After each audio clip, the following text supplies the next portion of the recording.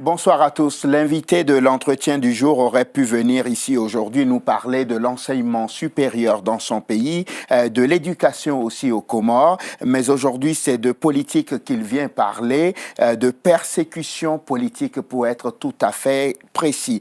Ces derniers jours, il a dû fuir l'Union des Comores. Il dit être poursuivi, recherché, mort ou vif par une milice aux ordres du pouvoir en place. Ahmed Saïd Mohamed, bonsoir. Bonsoir. Merci d'avoir accepté notre invitation. Pour ceux qui ne vous connaissent pas, comment pouvez-vous vous présenter à nos téléspectateurs? Je suis Ahmed Saïd Mohamed, donc je suis universitaire. Je suis doyen de la faculté de sciences et techniques en congé. J'ai été candidat au nom d'un mouvement de rassemblement citoyen qui s'appelle Houri. Et donc, je suis candidat aux élections présidentielles de l'Union des Comores, élections qui n'ont toujours pas encore eu lieu. Élections qui n'ont toujours pas eu lieu? Pas encore. Comment ça, pas encore? On attend toujours à ce que les élections aient lieu.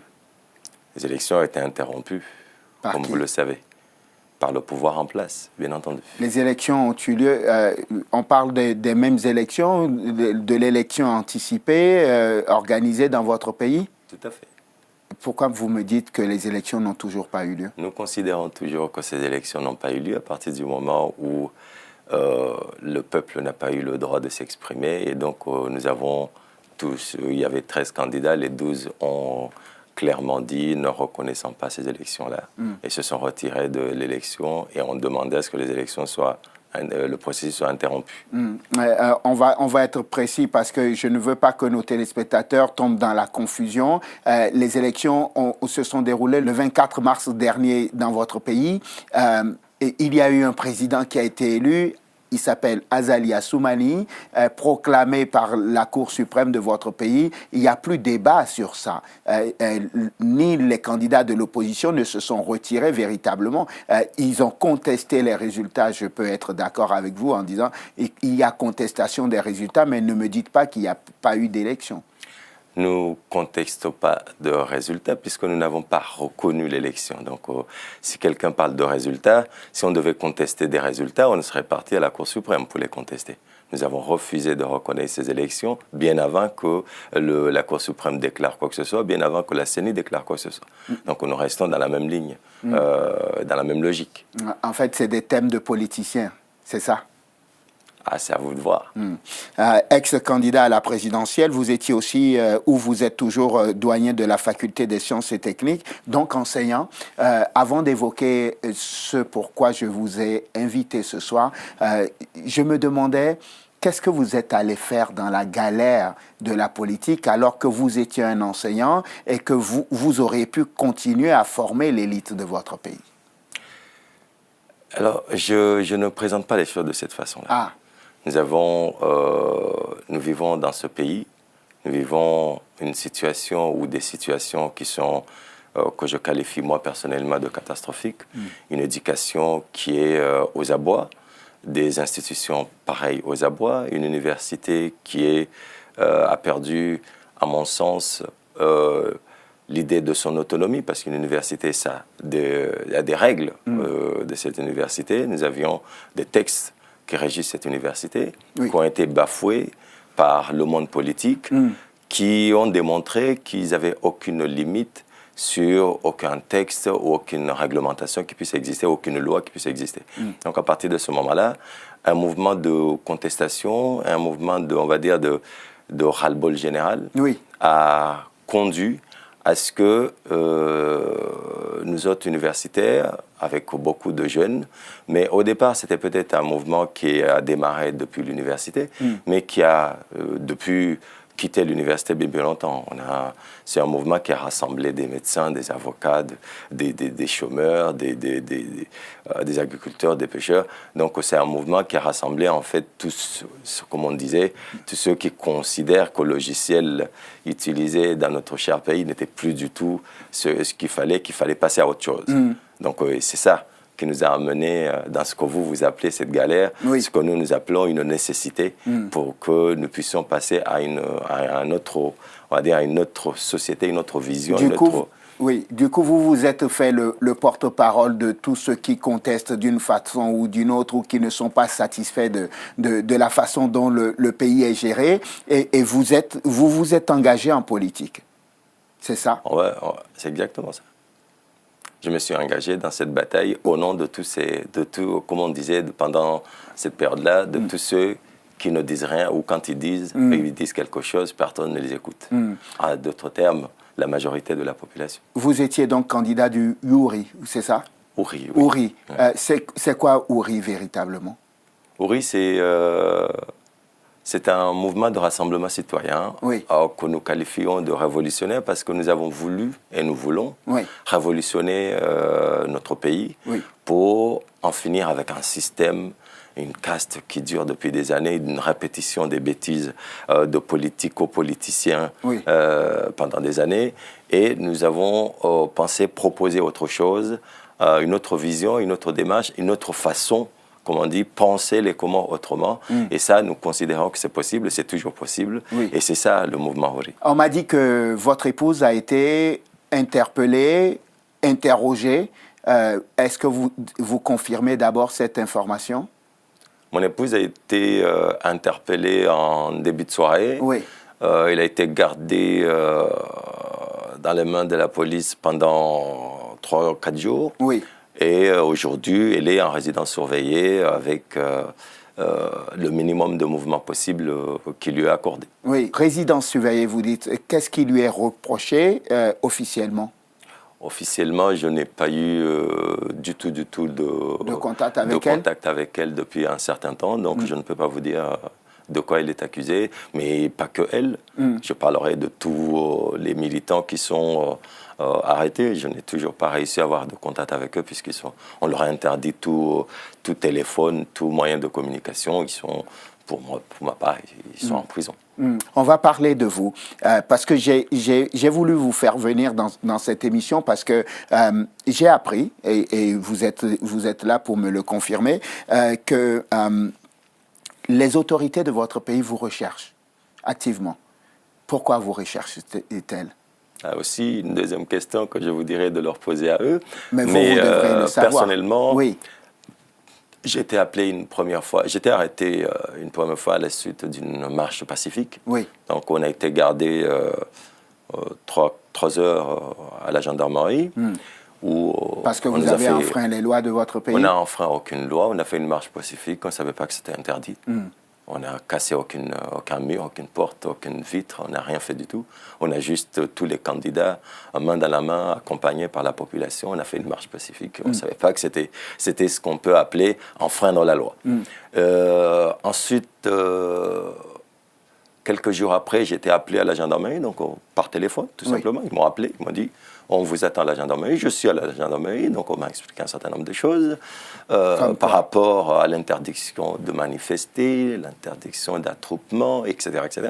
Mais ça, pour moi, c'était quelque chose de relativement classique. Il n'y avait rien d'étonnant là-dedans. Donc à chaque fois qu'on m'appellerait ou on me demanderait de me présenter à la gendarmerie, je me serais présenté. Par contre, alors que des rumeurs circulaient un peu partout qu'il va y avoir une chasse à l'homme contre tel ou tel ou tel, je reçois 2 pelotons, 2 pick-up qui arrivent chez moi dans la soirée, de gens, de près de 2 douzaines de personnes, qui encerclent ma maison, qui armés jusqu'aux dents. Heureusement que nos enfants n'étaient pas sur place. C'était des gendarmes, des policiers, c'était quoi? N'étant pas sur le coup en contact direct avec eux, je ne peux pas dire quel genre de personnes c'était. Et donc ces gens-là étant arrivés, ma femme est arrêtée, amené Manu Militari dehors. Ils sont restés chez moi pendant plus de 3 heures à fouiller un peu dans tous les recoins. Donc je ne peux pas dire. Où à ce moment-là? À l'abri. On va dire en sécurité. Comment saviez-vous que les gens viendraient dans votre maison ou autour de votre maison? C'était quelque chose qui était prévisible. Moi, je pensais qu'on allait m'appeler, comme ils l'ont déjà fait, que je me suis présenté à plusieurs reprises. Oui. Je ne pensais pas que ça allait finir avec une milice qui se pointerait chez nous pour venir, sachant qu'ils puissent avoir des enfants là-dedans, dans ces conditions-là. Et donc, cela ne présageait rien qui puisse faire comprendre qu'il y allait avoir une interpellation classique. Et pardonnez-moi de vous interrompre. J'aimerais qu'on vous suive dans ce que vous êtes en train de nous dire. Vous me dites que ça s'est passé quand? Vous vous souvenez de la date? C'était le jeudi en fin de soirée. D'accord. Le jeudi en fin de soirée, vous dites une milice ou bien des personnes dépositaires de l'autorité de l'État? Parce qu'il faut qu'on soit clair là-dessus. La milice, ce sont des gens pas forcément identifiables, etc., dont on ne connaît ni les origines, ni les commanditaires. Mais les personnes qui se sont présentées chez vous, est-ce que ce sont des forces de sécurité de votre pays? C'est qui? Alors, j'aurais pu identifier si, au moment où ils se sont présentés chez nous, ils avaient un mandat ou quelque chose. Pour nous, on avait des pick-up du PIGN qui ont ramené des gens qui sont venus à la maison. Donc, vous ne pouvez pas dire si c'est des civils, si c'est des milices incontrôlables ou de la police, la gendarmerie, etc. Ne tournons pas autour du pot. Oui. C'est toujours les mêmes personnes qui débarquent chez vous. C'est le peloton du PIGN qui débarque chez nous. Donc, quand ils arrivent, il n'y a pas vos enfants, mais votre épouse est à la maison et vous êtes à l'abri quelque part. Vous avez été divinement averti qu'ils viendraient, c'est ça? Je les ai vus arriver. Vous les avez vus arriver. Et vous vous êtes mis à l'abri. Et quand ils sont rentrés et qu'ils ont amené votre épouse, qui était en leur présence au moment où ils ont fouillé votre maison? Alors, au bout d'un certain temps, ils ont dû faire venir mon beau-frère qui les a assistés pendant un temps. Oui. Mais ça, c'était vers la fin. Et vous savez ce qu'ils ont vu, obtenu, pris, emporté? Absolument rien. Et à partir de ce moment, vous vous êtes senti en danger, vous? Non, dès que j'ai vu la manière dont cela s'est passé, il fallait être naïf pour ne pas savoir ce qui était recherché. Qu'est-ce qui était recherché? Franchement, vous me posez cette question-là? Oui. Je pense qu'arriver dans ces conditions-là, armés de la manière dont ils étaient, à mon avis, ils ne sont pas venus pour faire une arrestation classique. Ah, c'est vrai? Je pense que, puisque, comme je vous ai dit, j'ai été arrêté. Un autre candidat a été arrêté. Et personne n'a eu droit à ce traitement de faveur. Et donc, vous les soupçonniez de venir... Je laisse les soupçons pour plus tard. Ah, pour plus tard. D'accord. Et alors, c'est là que votre aventure va commencer. À ce moment-là, vous vous dites, il n'est plus possible que je reste sur le territoire, il faut que je m'en aille vite avant qu'ils ne mettent la main sur moi. C'est ça? Racontez-moi votre périple. Je suis dans ce périple où tous les militants de notre mouvement s'y sont mis pour essayer de me protéger, de me mettre à l'abri. Comme je l'ai dit tout à l'heure, toute la famille a été harcelée. Les cousins, les cousines sont harcelés. Tous ceux qui sont arrêtés, la première question, c'est où il est. Et nos militants sont arrêtés les uns après les autres. Certains arrivent à partir, à se mettre à l'abri, d'autres n'ont pas le temps, n'ont pas cette chance-là. Et malheureusement, donc, il faut bien comprendre que dans ces conditions-là, quand les gens sont arrêtés, ils n'ont pas droit à un avocat. Donc on pouvait passer plusieurs jours sans que l'on sache tout simplement où vous êtes. Et donc voilà ce qui s'est passé. Et pendant ce temps-là, un plan a été mis en place par de nombreux militants qui m'ont permis de quitter la Grande Comore pour me rendre à Mayotte. Et de Mayotte pour venir jusqu'ici. On m'a dit que vous avez fait 18 heures. Tout à fait. En changeant régulièrement. En changeant régulièrement de barge, d'embarcation, de vedette, jusqu'à arriver à Mayotte, oui, tout à fait. J'en ai changé 5 fois. 5 fois, au prix de votre vie. À ce moment-là, est-ce que vous vous disiez si on... Mourir en mer ou mourir sur terre, oui. le résultat est le même. C'est ce qu'on se dit à ce moment-là. Vous mourrez sur terre ou vous mourrez en mer. Ou au moins quand vous êtes en mer, vous êtes engagé dans cette voie-là, vous vous dites peut-être que vous pouvez y arriver. C'était votre seul espoir. Tout à fait. Comment on vit ça quand on part de sa terre natale, presque angoissé et en laissant derrière la famille, les enfants, sans savoir quand est-ce qu'on revient? Qu'est-ce qui se passe dans la tête? Je vous laisse imaginer que c'est une situation extrêmement épouvantable. Au départ, quand vous partez, vous dites que vous partez vers l'inconnu. Et une fois engagé dans ce départ, vous vous dites je suis dans un tunnel, mais alors je suis à quel niveau de ce tunnel? La seule chose qui fait que l'on tient, c'est qu'on se dit, quoi qu'il arrive, ce que nous vivons aujourd'hui, c'est un combat qui mérite d'être mené. On ne peut plus, en 2019, assister à ce que nous avons assisté et dire parce que nous avons peur, parce que nous ne pouvons pas parler, nous allons nous taire et rester là, mourir dans le silence. Ce qu'on demande aujourd'hui au peuple comorien, c'est de mourir en silence. On est arrêté, on sort, on vous dit, mais dites rien. Vous n'avez pas le droit de téléphoner, vous n'avez pas le droit de voir qui que ce soit, vous n'avez pas le droit de faire ça. Allez, restez calme et tout ira bien. Et on nous demande à tous de faire ça. Oui. Et vous refusez de vous taire et vous dites je préfère mourir debout qu'à genoux. Tout à fait. Et je préfère continuer ce combat que je considère juste et dire au monde entier ce qui se passe et me faire le porte-voix de ce que j'appelle cette prison à ciel ouvert qu'est devenue mon pays. Est-ce que vous connaissez Saleh Assoumani? Oui, tout à fait. Qui est-il, Saleh Assoumani?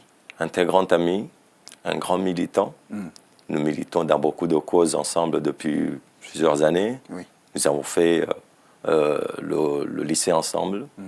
C'est quelqu'un qui a une très grande probité que je connais très très bien parce que, et tous ceux qui le connaissent, ils savent c'est quelqu'un de très généreux qui s'engage dans beaucoup de combats. Son histoire n'a pas commencé à Ouri et s'est engagé, c'est pas la première fois qu'il se fait arrêter d'ailleurs. Il s'est fait arrêter plusieurs fois dans d'autres régimes parce que il n'a jamais refusé ou on va dire rechigné à dire ce qui ne va pas, à dire quand il y a des choses qui ne sont pas démocratiques ou qui sont liberticides, à les dire. Et ce qu'il dit aujourd'hui à votre sujet, est-il vrai? À mon sujet? Oui. Que dit-il à mon sujet? Vous n'avez pas vu une vidéo, rien? J'ai bien vu une vidéo circuler sur Facebook comme tout le monde. Je suppose que vous l'avez vu. Qu'est-ce qu'il a dit à mon sujet dans cette vidéo? Et vous, quand vous avez regardé la vidéo?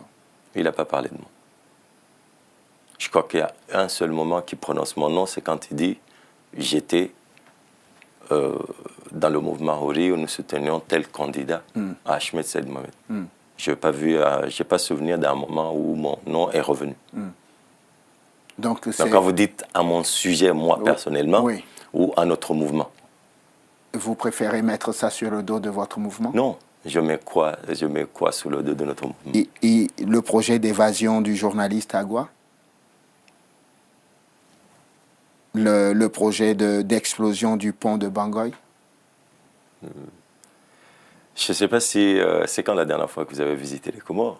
Je vous invite un jour, quand il y aura un peu plus de démocratie, à les visiter. Et vous comprendrez que ce n'est pas ce que vous imaginez. Les Comores, c'est un pays où on n'a pas de bombes ou de je ne sais quoi d'armes qui circulent. Les seuls qui ont des armes et des bombes ou de je ne sais quoi, ce sont les militaires. Il n'y a pas d'armes cachées dans les maisons, chez la population, où on peut faire exploser des ponts qui n'existent pas d'ailleurs, ou des... je ne sais Ce quoi. pont n'existe pas? Quel pont? Le pont dont il parle dans sa vidéo. Honnêtement, C'est un pont que, quand vous me dites Bangola Hambou, Oui. Bangola Hambou, c'est même pas dans une axe routier, c'est un pont qui rentre dans un village. Donc je ne vois pas l'utilité, je ne vois pas non plus l'idée d'où ça pourrait venir. Pourquoi il raconte tout ça? Je ne sais pas, je pense qu'à un moment donné, il va falloir que vous fassiez des efforts là-dessus. Oui. Parce que moi, ce que je retiens dans cette affaire-là, Oui. c'est un acharnement qui a été fait. Ce jeune homme a été arrêté pendant plusieurs jours, plus d'une dizaine de jours. Nous tous, ses amis et sa famille, n'avaient aucun contact avec lui. Oui. Le premier contact que nous ayons avec lui, nous avons une vidéo sur WhatsApp coupée, mis en couleur, sous-titrée pour bien mettre en lumière le nom de Ouri dès que ça apparaît. Donc honnêtement, je pense que quand un régime en arrive là, Oui. quand une justice on va dire, se discrédibilise de cette façon-là, parce que je n'ai jamais vu, on va dire, un interrogatoire, si censé c'était un interrogatoire, atterrir dans les réseaux sociaux. Je n'ai jamais vu des déclarations finir dans le cadre d'une instruction judiciaire finissent de cette façon-là. Donc, je considère que tout ce qui peut être dit, sous quelles contraintes ça a été dit, dans quelles conditions ça a été dit, Oui. y avait-il un avocat pour lui permettre de comprendre ses droits, Oui. qu'est-ce qui a été dit? Franchement, je me dis, tout cela n'est que une suite de choses qui ont toujours été faites, une machination. Je rappelle que pour accuser des journalistes, pour accuser des écrivains, on a fait venir des gens qui ont témoigné avoir reçu des liasses de billets pour faire un coup d'État. Donc nous sommes dans une situation qui se perpétue, qui se répète. Donc cela n'étonne personne, mais j'attends le jour où il y aura une justice, et à ce moment-là, la lumière sera faite. Je pense qu'au départ, il faut bien dire les choses telles qu'elles sont. Oui, rapidement. Nous avons des gens qui sont morts, des gens qui sont blessés, et au lieu pour éviter que les gens se posent ces questions, dire, est-ce qu'il y a une expertise balistique? Est-ce qu'on sait qui a tué qui? Qui a tué le commandant Faisal? Qui a tué le major Nasser? Qui a tué ces personnes? Au lieu de ça, on regarde comment on appelle ça? On agite un drapeau rouge de l'autre côté pour retourner les gens, regarder ailleurs, au lieu de vous poser les vraies questions. Vous dites que c'est vraiment un plan pour détourner le regard des Comoriens des vraies questions qu'on pourrait se poser sur ce que vous appelez des meurtres peut-être, des assassinats, on n'en sait rien. Absolument, mais ce n'est pas la première fois. Nous avons vu ce qui s'est passé à la Médina. Il y a eu des morts. Posez-vous les questions. Qui les a tués? Dans quelles conditions? Qu'est-ce qui s'est passé dans la Médina? Personne ne nous le dira. Nous avons eu un soi-disant attentat de clous jeté dans sur le convoi du président. Et des gens ont été mis en prison à vie ou à perpétuité pendant ce temps-là. Etc. Pendant ce qui s'est passé à la Médina, a valu que le gouverneur d'Anjouan soit mis en prison, etc., etc. Donc là, nous sommes dans une continuité d'un certain nombre de choses qui se répètent. Et je n'ai pas de valeur à accorder à ces choses-là. Comme je l'ai dit, tous les membres du mouvement Ouri sont prêts à aller devant une justice, mais une justice qui respecte les règles juridiques. Et à ce moment-là, si la communauté internationale décide de mettre une justice pour faire la lumière de tout ce qui s'est passé, je serai le premier à me présenter devant cette justice-là. Je vous prends au mot. Est-ce que vous accepterez, par exemple, une commission rogatoire si votre pays, la justice de votre pays, demandait une commission rogatoire aujourd'hui que vous êtes en France, par exemple, pour vous expliquer? Bien entendu. On n'a rien à cacher dans cette affaire-là. Nous n'avons rien à nous reprocher. Que reprochons-nous à ces jeunes-là? Ils ont fait sauter un pont. Ils ont fait quoi exactement? On a arrêté quelqu'un sous prétexte qu'il avait publié dans son mur en disant il y a des rebelles qui ont pris le camp de Kandani. Pendant tout le monde a répété ces choses-là. On a suivi un peu les événements. On entendait des tirs un peu dans tous les sens. Et tout le monde se posait des questions. Il avait une information, il la mettait dans son mur. Et donc, à la fin de cette histoire, ils ont trouvé la personne idéale, ils l'ont arrêté. Ils se sont mis à fouiller avec qui il a discuté, de quoi ils ont parlé, pour essayer d'arrêter tout le monde. C'était un peu plus compliqué Parce que le mouvement Maori n'est pas un mouvement classique, oui. avec le secrétaire général, le président, le machin. C'est un mouvement qui est tout à fait autonome. C'est un mouvement de rassemblement citoyen, donc tout le monde pouvait créer son groupe avec d'autres pour discuter de telle manière dont ils vont mener l'approche oui. de notre campagne. Donc, c'était quelque chose qu'ils n'avaient pas l'habitude. Et donc, ils n'ont pas l'habitude de ce genre de façon de faire où nous faisons des réunions par des groupes WhatsApp. Et donc, ça, ils n'avaient pas l'habitude. Ils avaient l'habitude de pouvoir, on va chercher telle personne, telle personne, telle personne. Oui. Et aujourd'hui, ils regardent qui discutait le plus longtemps avec lui, qui partageait beaucoup plus de vidéos sur WhatsApp, qui était plus actif sur Facebook, dans les réseaux sociaux, etc. Oui. Et là, à ce moment-là, c'est toutes ces personnes-là qui sont arrêtées et mis dans des conditions que je ne veux même pas vous expliquer. Au-delà donc de votre cas personnel, au-delà de tout ce dont nous avons parlé ce soir, il y a les Comores, évidemment, il y a l'avenir d'un pays, il y a l'avenir des fils et des filles de ce pays-là. Quelle est pour vous la meilleure façon de sortir de crise? C'est ma dernière question, une réponse courte, s'il vous plaît, et on va conclure là-dessus. Je pense qu'il n'y a pas beaucoup de choses à faire. Déjà, il faut réconcilier les enfants des Comores. Oui. Il faut réconcilier tous ces enfants. Et donc, à un moment donné, il faut se regarder en face et arrêter de faire la sourde oreille, de se dire, à un moment donné, on va se dire la vérité. À un moment donné, tout le monde doit pouvoir s'asseoir et discuter et qu'on remette des institutions en place, institutions que tout le monde... dans lesquelles la population se reconnaîtrait. Et à ce moment-là, on pourra envisager un avenir en commun où tout le monde pourrait se réconcilier et aller vers l'avant. Pour l'instant, je n'ai pas l'impression d'assister à des démarches d'apaisement, mais je vois plutôt des démarches d'harcèlement et des gens qui veulent être sûrs de museler un autre camp pour que celle-ci ne puisse pas parler. Ahmed Saïd Mohamed, merci. C'est moi qui vous remercie. Ex-candidat à la présidentielle, vous êtes encore jusqu'au moment où nous parlons doyen de la faculté des sciences et techniques de l'Université des Comores. On ne sait pas si désormais votre exil fait qu'ils vous remplaceront, évidemment, c'est ça. Je ne dis pas pour l'instant ex-doyen, non? Je suis en congé. Vous êtes en congé pour l'instant. Merci en tout cas d'être venu dans l'entretien du jour. Je rappelle que je voudrais rajouter que les 2 journalistes français qui avaient été arrêtés par les autorités comoriennes ont été enfin libérés par ces autorités et les journalistes ont promis de quitter le territoire le plus rapidement possible. Merci à vous de nous avoir suivis. Je vous souhaite de passer une excellente suite de programmes évidemment sur Télésud. On se retrouve demain pour un nouveau numéro de l'entretien du jour. D'ici là, portez-vous bien. À demain.